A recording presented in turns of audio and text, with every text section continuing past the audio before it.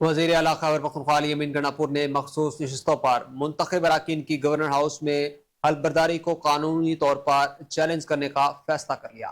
ذرائع کے مطابق گورنر ہاؤس میں مخصوص نشستوں پر منتخب ممبران سے حلف لینے کا معاملہ وزیر اعلیٰ خیبر پختونخوا یمین گناپور نے ہائی کورٹ میں چیلنج کرنے کا فیصلہ کیا ہے۔ خیبر پختونخوا کے ایڈوکیٹ جنرل شاہ فیصل اعتماد خیل نے کہا کہ آئین کا آرٹیکل 65 ممبران اسمبلی سے حلف اسمبلی ہاؤس میں لینے کا کہتا ہے۔ اسپیکر نے ممبران سے حلف لینے سے انکار نہیں کیا بلکہ ایوان کا کورم پورا نہ ہونے پر اجلاس ملتوی کیا تھا۔ وزیر اعلیٰ خیبر پختونخوا یمین گناپور نے مخصوص نشستوں کی حلف برداری کے خلاف پٹیشن دائر کرنے کا فیصلہ کرتے ہوئے کہا کہ مخصوص نشستوں پر گورنر ہاؤس میں حلف آئین کی خلاف ورزی ہے، جبکہ آئین کا آرٹیکل 65 واضح ہے، حلف صرف اسمبلی فلور پر ہو سکتا ہے۔